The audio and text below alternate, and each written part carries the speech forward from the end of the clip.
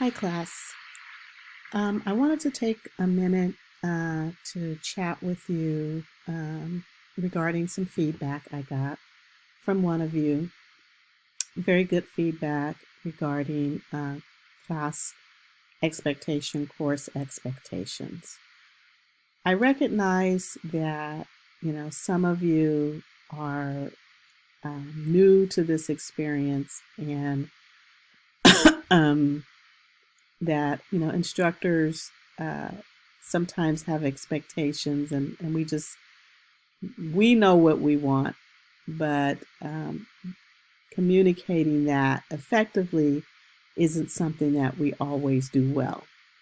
And so I believe in communication, and as you know, I tend to uh, speak a lot in class, my lectures, and sometimes I don't give you guys enough time to share in class, and I have to do better there. But one of the ways, in recognizing that, one of the ways that I do want and give you the opportunity to share your experiences, how you view problems, problem solving, how you view some of the concepts that we go over in a class, is through the discussions. And I recognize that as students, you probably have really just one objective, to learn what it is you believe we want you to learn, and that we believe you need to know for your future endeavors, your future careers. That's the primary goal, and then of course, to in doing that, get the desired grade, to pass the class with a C, B, or A, depending on what your inner motivations are, what drives you. So that's always the student goal, I think, most of the time. Other times, students have other goals, and they may be just to be here for other reasons, not necessarily working toward an end game, but just trying to experience a class for whatever reason. There's any number of reasons why students may be in a class that's outside of the primary goal that I said. And then within that goal, you then have to navigate, the instructor's expectations. I want you to learn this material, and I have an idea in my mind about how best to engage you with that material and to get you to get the most out of that material. And it's, sometimes it's a hit or miss because you as students, you're diverse in all areas, in in your maturity, in terms of your academic maturity, and that's really where I'm coming from is that, but just in again your inner motivation, your seat time, you are giving up your valuable time to be in a class, and I respect that. And I want you as students to get the most out of your time. So I balance my expectations with what I believe you should be learning, with the realistic motivations that I think you all have. And I'm here to obviously meet you where you are. I have to try to do that. So I just wanted to share that, if you're unclear about what I'm asking, please reach out, let me know. I don't mind students, saying, hey, stop, Professor Mosley, I'm not getting what you want us to do, and I don't understand. And I had that today, and had a good conversation, and that's why I'm here talking to you. So, going forward, just know that my goal is to help you succeed, period. End of story. And I'm here to help you meet, all of you meet your individual goals, whatever they may be. And of course, I'm here to teach this material in the best way that I know how, and in a way that I think, is practical and is going to, hopefully expand your ability to then turn around and teach others. Because at this stage of the game, you're an adult, and we all are, and there is nothing that you can't learn if you don't put your mind to it. You're fully capable. You have the maturity and the ability to tackle and solve problems, and that's what you're here for, is to learn how to do that.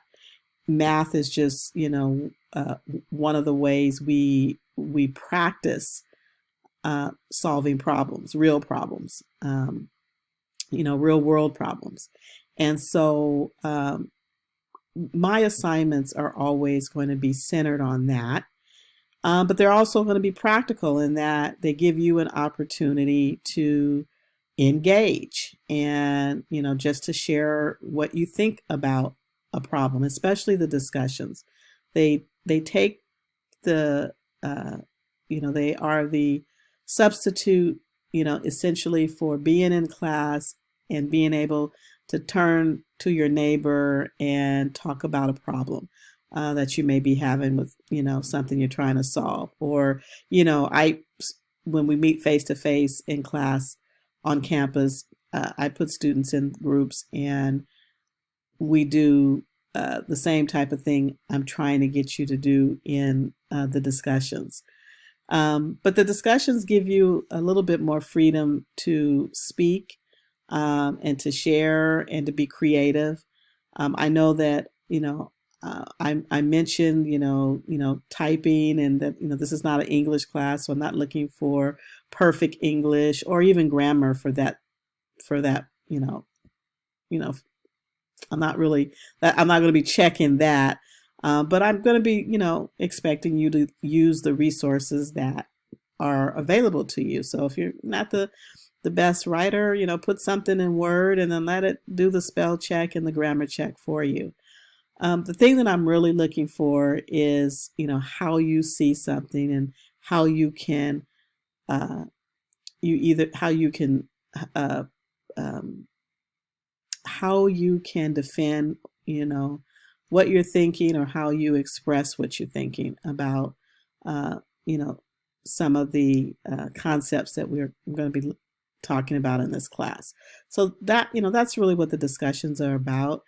And they're low hanging fruit. The other thing is if you, really spend time with them, they will add to balancing out your grade, especially if you are not the best test taker. Maybe you are busy, in the week leading up to a post test, and you just don't, get to it and don't get enough time, and you don't do as well on a test that you probably should have.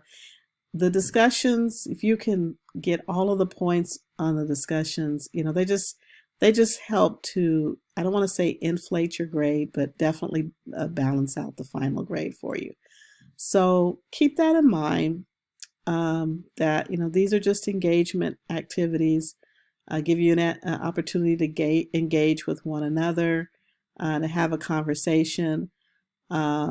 If you want to do what I'm doing and upload a conversational response to some of the discussions, you can add and enrich the discussion that way. If you want to, use a resource like Zoom and or some other, and actually create a PowerPoint and describe what you're talking about, you can do that. It just, at the end of the day, it's how much effort you want to put into something to learn the most about, and get the most out of it, because it's your time. I like to say that this is you got to value your time and, put a dollar value on it. Meaning, if someone had to pay you to be here, or if someone was paying you to be here, how much would you ask for? And then, on the flip side of that, if you needed to pay somebody to be here, how much would you pay them?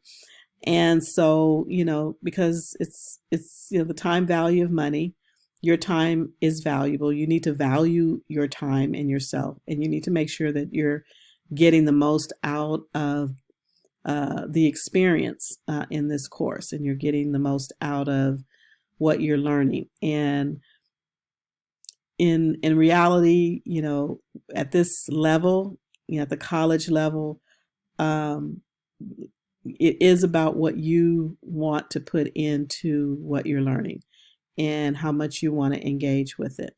So hopefully this helps a little bit with going forward with how you see some of the assignments that I give you, skill building, discussion, and even the portfolio problems. I'm just looking, for you to engage in the activities. End game for you is to learn. My Math Lab is a great resource for you practicing, and when you come up against something that you don't get right away, my lab is right there to help show you with the little mini tutorials and the show me activities that can help guide you to solving the problem. It allows you to practice as many times on the problem as you want, especially the homework problems. So it's a resource for building up the skill. As often as you want to engage with it, it's there. Everything else that I put in the course, the other assignments, things that I create, are ideally about helping you get better at thinking about problems so that you can be a better problem solver going forward. And then ultimately to, give you gradable items to assess you, and then ultimately create the grading structure, ultimately what's going to be gradable, and, then based on that, what are going to be the basis for the letter grades that you receive. So again, please reach out to me if, going forward you don't understand something. And, don't feel like, you're bothering me, because you're not. That's what I'm here for. And, please recognize that I create, I've created this class for you, the adult learner, and for all of you, no matter where you are in your journey, to better educate yourself and to master concepts, and especially algebra and trig, and ideally to get you ready for those classes where you will have to use some of the skills you master in this class, so that you can be successful in some of your other electrical courses. So, just, keep that in mind, and, don't hesitate to reach out.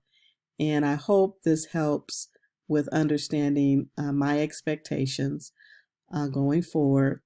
With any discussion, make sure you are always addressing everything that I've asked you to do in the discussion. At a minimum, that's what you're being graded on. But use the discussions as an opportunity, just to further your understanding of any topic that is there. You can spend as much time with it as you want. And there are going to be a couple coming up that you'll see what I'm talking about, in terms of giving you an opportunity to really think about what you're learning, and the value in it. So with that, hopefully you guys are enjoying your weekend, and I will see you on Monday.